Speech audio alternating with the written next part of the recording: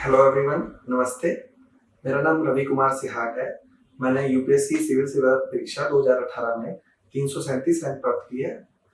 मेरा माध्यम हिंदी माध्यम था और हिंदी माध्यम में मेरा रैंक सर्वोच्च है। यूपीएससी आपसे क्या चाहती है? तो अगर यूपीएससी का किसी ने सिलेबस देखा हो तो एथिक्स पेपर 4 में एक सिविल सर्वेंट के कुछ गुण होते हैं, लाइक उसमें ऑनेस्टी होनी चाहिए, उसमें टॉलरेंस होनी चाहिए, उसमें स्पिरिट ऑफ सर्विस होनी चाहिए, उसमें डेडिकेशन होना चाहिए। तो ये सब चीजें तो रिकमेंड करती है यूपीएससी की। कोई एस्पिरेंट है तो उसमें भी सिविल सर्वेंट की तरह डेडिकेशन, टॉलरेंस, ये सारे कैरेक्टर होने चाहिए। उसके अलावा यूपीएससी का एग्जाम जो मैं समझता हूँ कि एक पूरा पैकेज है।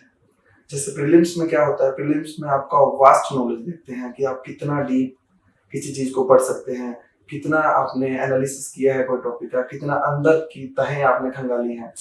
उसके अलावा आपका इंट्यूशन पावर। इंट्यूशन से मेरा मतलब है कि आपने कोई चीज पढ़ी है और आप जब प्री दे रहे हैं तो आपको वो कितनी याद आती है, कितना आप एलिमिनेट कर पाते हो। और तीसरा एलिमिनेशन पावर। इन तीनों चीजों का एक जो चेक करता है वो प्रीलिम्स है। मेंस के एग्जाम में यूपीएससी चेक करती है आपकी कुछ चीजें। जैसे सबसे पहला पेपर आता है ऐसे का। ऐसे में आपका चेक करती है कि आपका सोचने का तरीका क्या है, आप कितना बैलेंस व्यू में सोच सकते हो। दूसरा, आपका होराइजन दिमाग का, जैसे आपने फैक्ट्स डाले हैं, जो भी एग्जांपल डाले हैं वो कितना बड़ा है। और तीसरा, आपकी भाषा शैली या इन सब चीजों का जांच होती है।